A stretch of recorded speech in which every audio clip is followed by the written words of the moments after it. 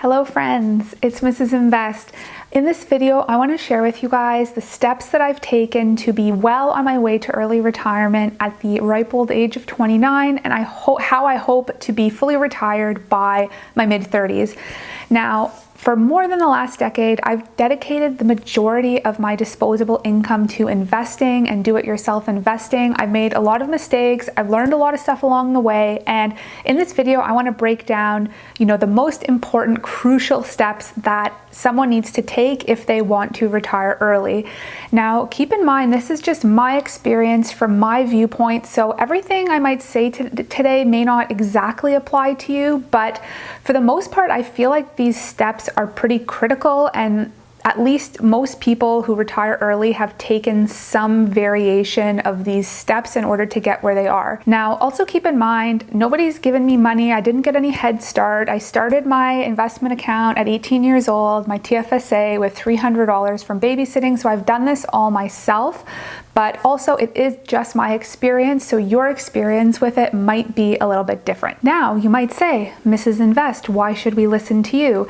And you really shouldn't. I'm not giving anybody personal advice. I'm just sharing my experience, hopefully entertaining you, enlightening you, giving you some things to think about.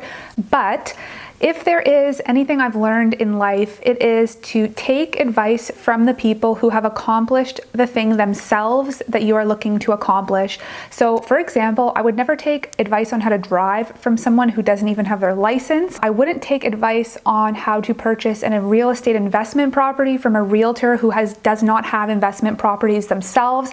And I just have a hard time taking retirement advice from someone who's 65, who's a licensed advisor, but they haven't yet retired themselves. So I do think there is something to be said from listening and observing people who may not necessarily be qualified in a certain area, but who have actually achieved the thing themselves through grit, determination, and hard work. Step number one is to calculate what's coming in for you every month. So that is your net income. In other words, your income after taxes are removed, and subtract your living expenses from that. Whatever's left over from that, invest it into a small handful of high growth companies that are leaders in their field, that are changing or disrupting a major market that almost every human being uses. So if you think about how Apple disrupted the telephone industry, Amazon completely disrupted in-person shopping through an amazing online shopping experience, and how Tesla is interrupting so many industries from energy storage, automobiles, transportation, and now artificial intelligence. And hopefully invest in those companies early in their adoption curves. Is this necessarily the right strategy for everybody?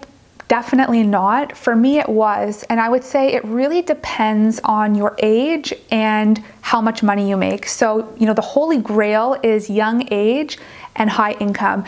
Because if you have a recurring high income every month, you can afford to put your money into assets that are highly volatile, because, the next month you still get a big check from your work, and you can afford to ride those bumps, and that's okay if you don't have a high income. Even if you have a moderate income, you're probably fine. The risk comes when you are either older with moderate income, or if you're older when you're starting and you have a low income, because then it becomes increasingly hard to take risks, because any risk that doesn't go well could be catastrophic to your future. So a lot of investing, honestly, it's like, what's the goal with investing? Like, your main goal with investing should be avoiding catastrophe.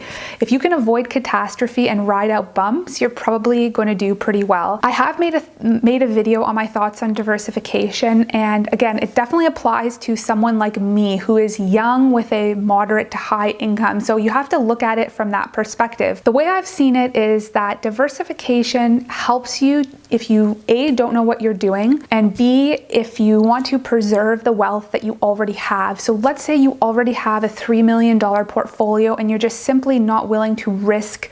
You don't need it to take any more risk to make any more, because you're comfortable with what you have, but you don't want to get eaten alive by inflation. So you invest that $3 million in a highly diversified portfolio. You make your 7% a year and you're happy. But growth assets are for building wealth. So if you have nothing and you want to grow into something, you really need, in my opinion, to invest in growth assets and in those special companies that are changing their industry. And you don't need to invest in a billion different things, just like a few handful of good ideas, or even just one really good idea that you hold over the long term is really all you need to have a financially free future and to be able to retire at a young age. And all this takes is research and being aware of the world around you and investing aggressively with all the money you have left after your net income and your expenses. Okay, and step 2 is you need to do step 1 consistently over and over again for probably at least 10 years.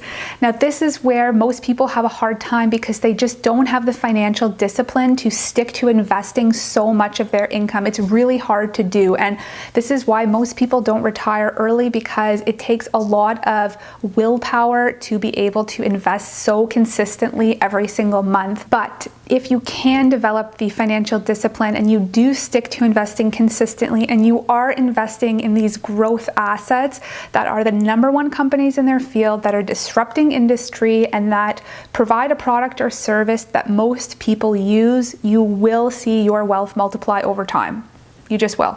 It just takes time, and most people are impatient. Like, just think about how many people sold their Apple stock, sold their Amazon stock after it doubled. Maybe they bought it way back in 2012 for $100. It went to 200. They're like, oh, how much higher can it go? I'm cashing out. I'm taking the money.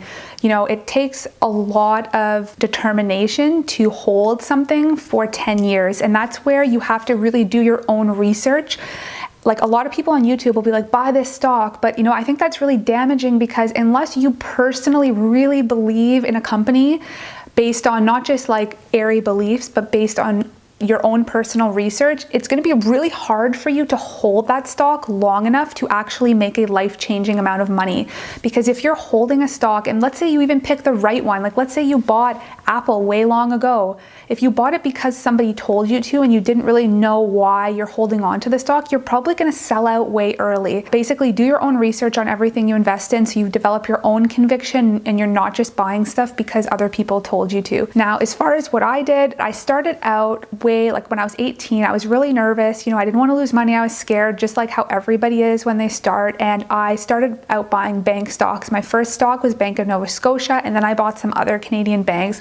And after about 2 years, I realized, like, okay, this is great. They're going up a bit and I'm getting my dividend, but I just saw like these other growth assets, and at the time it was like the era of Amazon and the era of Apple, and they were just taking off. And I just kind of looked at it and I was like, why is my money in these assets that are so safe when I'm so young, when I could be putting it into other assets that have so much more growth potential? Even though I didn't know much back then, I was 18, I was like, how much more can the Canadian banking system grow? Like, it's not going to double next year, but like, could Apple double next year? Like, could they sell twice as many phones as they did this year? Like, probably.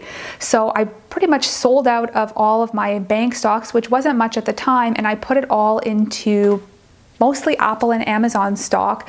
And I held that for probably 8 or 9 years until I sold most of that and put a lot of that into Tesla stock in 2019. There's a huge difference between wealth preservation through diversification versus wealth building through concentrating your portfolio into a small handful of growth companies.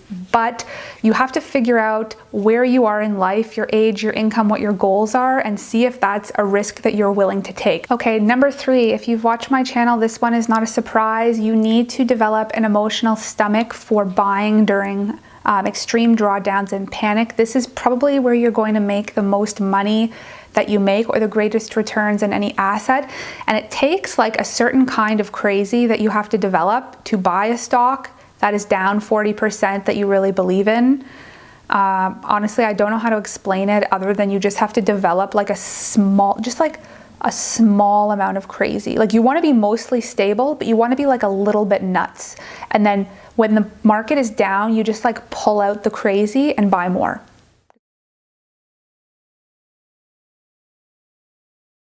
Okay, next, I don't even remember what number we're on anymore, but the next thing is to calculate how much you personally need to retire. So what that is you're going to calculate your monthly expenses, how much you expect to spend in every month in retirement.